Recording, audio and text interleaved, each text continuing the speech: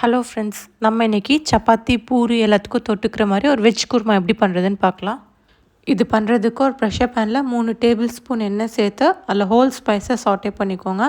பட்டை, பிரியாணி இலை, கிராம்பு, ஏலக்காய் சேர்த்துருக்கேன்.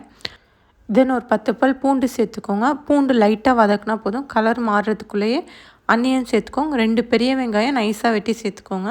Ginger garlic paste 1 teaspoon. Then tomatoes 1 tomato, 3 chillies இந்த மாதிரி ஸ்ப்ளிட் பண்ணி சேர்த்துக்கோங்க.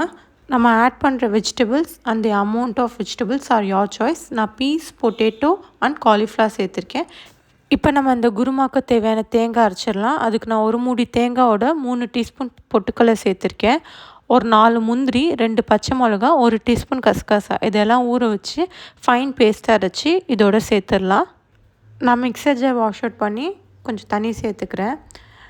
Now I am going to add the required amount of salt. இந்த குருமா வந்து நல்லா திக்காகவும், ஏன்னா நம்ம பொட்டுக்கடலை, கசகசா எல்லாம் போட்டு அரைச்சிருக்கனால.